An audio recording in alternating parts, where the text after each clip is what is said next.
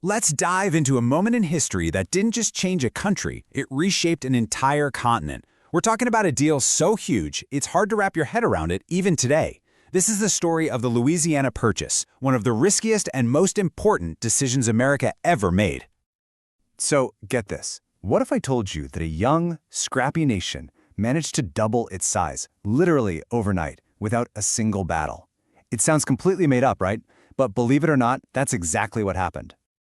And that's really the heart of this whole story. We often think of history being written in blood and battle, but this time, the future of a continent came down to a pen, a piece of paper, and one incredibly gutsy signature.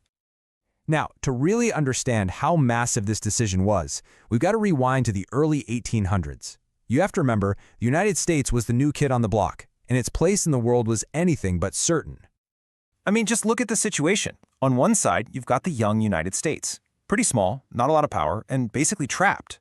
And on the other side, you've got these colossal European empires with their powerful armies and huge territories, literally surrounding this tiny, fledgling nation.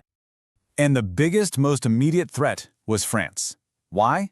Because it controlled the Louisiana Territory, this gigantic chunk of land stretching from the Mississippi all the way to the Rockies. This wasn't just some empty space. It was a wall that could totally choke off American trade and stop any dreams of westward expansion dead in their tracks. President Thomas Jefferson knew this was a huge problem.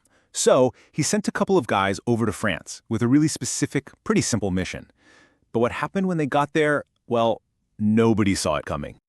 You see, Jefferson's original goal was actually super modest. He wasn't trying to buy an empire, he just wanted to buy one city, New Orleans. That single port was the key to everything. It was the gateway for American farmers to get their crops down the Mississippi and out to the rest of the world. Meanwhile, all the way across the Atlantic, Napoleon had his own set of problems. He was fighting wars all over Europe, and wars, as you know, are crazy expensive. He needed money, and he needed it yesterday. And suddenly, that huge territory over in North America started to look less like an asset and more like a piggy bank.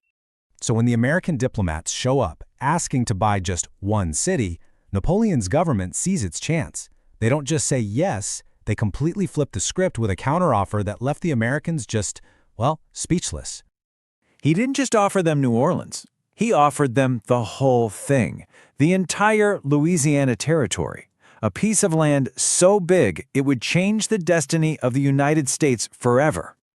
This insane proposal lands on President Jefferson's desk, and suddenly he's facing a massive dilemma. This isn't just a simple land deal anymore.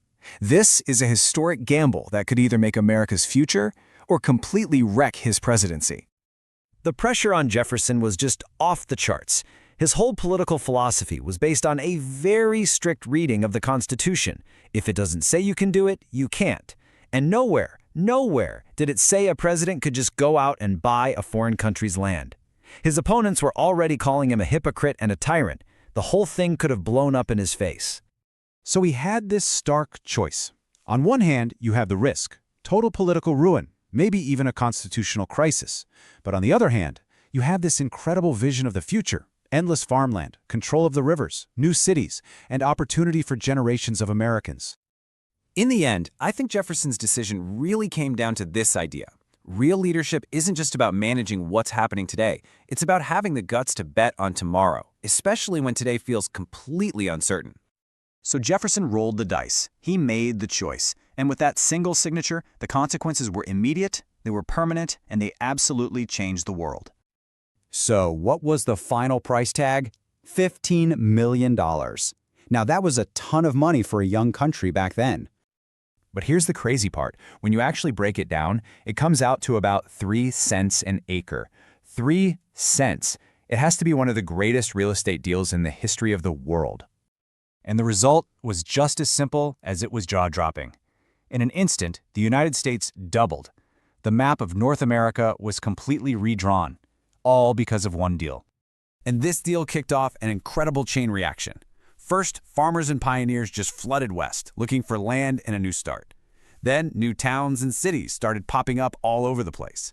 And with total control of the Mississippi River, American trade didn't just grow, it exploded, powering the economy for decades. The path for America to become a true continental power was now wide open. So what's the big lesson here?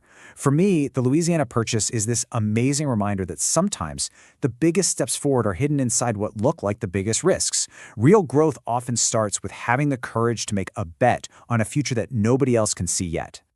Which brings me to my final question for you. Put yourself in Jefferson's shoes. Knowing all the political risks, the constitutional questions, the sheer uncertainty of it all, would you have signed the papers? It's a choice that defined a nation, and it's definitely one worth thinking about.